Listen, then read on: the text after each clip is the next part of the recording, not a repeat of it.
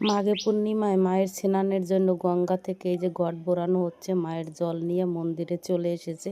আমরাই বাড়ি থেকে গেছি, পুরো রাত 2টো বাজে মাকে স্নান করানো দেখলাম। আমরা গঙ্গা থেকে স্নান করিয়ে বেরিয়েছি, তখন প্রায় 3:30 বাজে। বাড়ি এসেছি 5টা বেজে গেছে। আবার 11টার সময় আমরা গেলাম। কোনো লোক, আমার মনে হয় মাঘে পূর্ণিমায় মায়ের স্নান যাত্রা দেখার জন্য সবাই বেরিয়ে থাকে, কেউ মনে হয় ঘরে থাকে না এই দিনটা দেখার জন্য, মাকে একটুখানি ছোঁয়ার জন্য। এত পরিমাণে লোক, আমাদের মনে হয় দুর্গা পূজায়ও এত লোক হয় না। রাস্তায় পা রাখার মতন জায়গা হচ্ছিল না বড় মাকে দেখার জন্য। তোমরাও একটু বড় মাকে দেখে নাও। বড় মাকে দেখার জন্য কত দূর দূর থেকে লোক চলে আসে। আমাদের শালকিয়ার বড় মা খুব জাগ্রত।